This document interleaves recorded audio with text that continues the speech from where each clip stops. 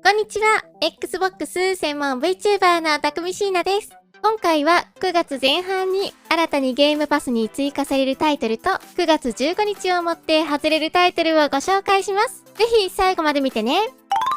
スターフィールド9月6日発売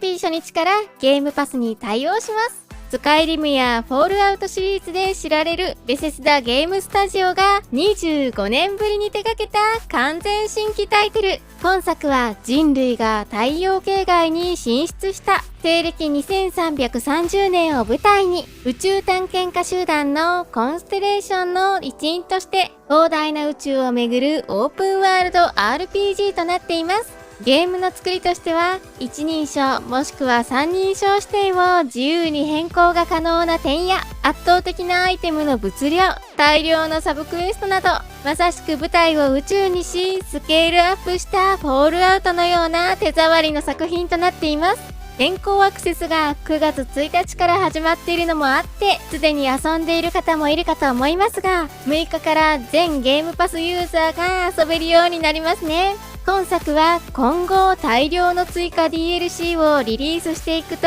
アナウンスされていて、プレミアムエディションに含まれる拡張 DLC の第1弾、チャッタードスペースの他にも大小様々な規模の追加コンテンツが長期的に作られ、販売されるとのことです。今作には100以上の星系に1000以上の惑星が存在しており、プレイヤーはこの1000以上存在する惑星を自由に探索することが可能となっています。しかし、星によっては着陸が困難な極寒のガス惑星なども存在している他にも、意図的に何もない星が用意されており、生命が存在する惑星は約 10% ほど、100個ほどの数であると語られています。この圧倒的な惑星の数は宇宙の広大さを表現していて、緩急を意識して制作されているとのことです。また、この膨大な数の惑星には自動生成技術が用いられていますが、今作の都市や主要ロケーションなどは全て手作業で開発されたものであり、自動生成ではない部分だけでもベセスダ作品史上で最大のボリュームがあると公表されています。超特大ボリュームで作られたスターフィールド、いよいよの発売ですね。ソーラーアッシュ9月14日発売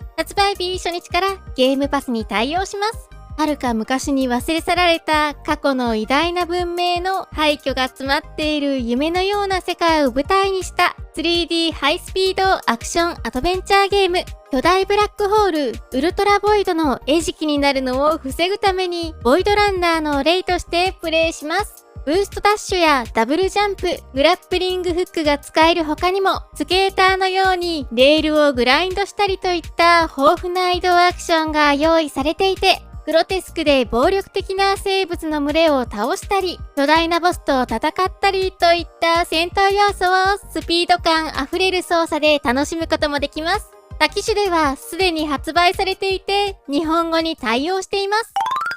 ライズオブ P 9月19日発売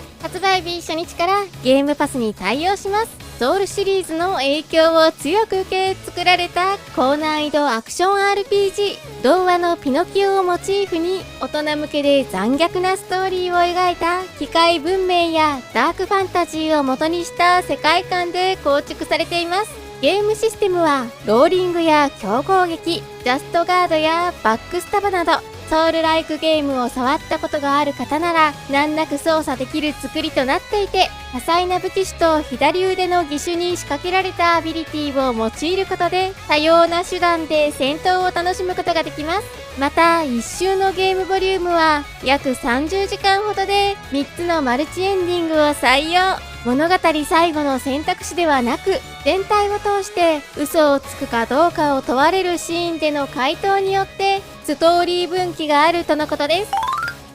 ここからは9月15日をもってゲームパスから外れるタイトルをご紹介します。地獄の世界でメタルな音楽のリズムに乗りながらタイミングよく銃を撃ちまくり敵を倒すステージクリア型のリズム FPS ゲームメタルヘルシンガーやシューティングゲーム DC 頑張れスーパーペットは共に 2,3 時間ほどでクリアできるボリュームで、特にメタルヘルシンガーはルームに近いような操作感でかなり激しく爽快なプレイを楽しめます。テンポのいい FPS が好きな方には非常におすすめです。リズムを外しても成功扱いとなって純粋な FPS として楽しめる設定もゲーム内にありますよ。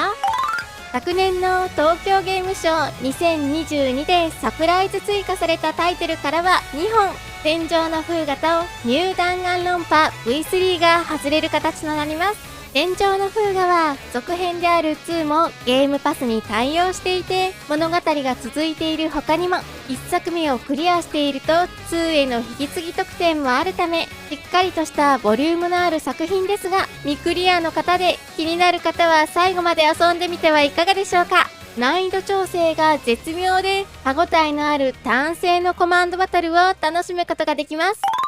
また、今回最もおすすめのタイトルはニュー弾丸論破 V3 ですが、こちらもかなりの大ボリュームであるのと、何よりも1、2あっての V3 なので、1、2未プレイの方のプレイはおすすめしません。必ず1、2プレイ後に触ってほしいです。私の動画ではこれまで何回かご紹介していますが、弾丸論破シリーズはかつてゲーム史上これほど衝撃を受けたシナリオがあっただろうかと言えるほどものすごいゲームでしたので、ぜひ見た目で食わず嫌いせずに触ってみてほしいです。凄まじいです。そして荒神2、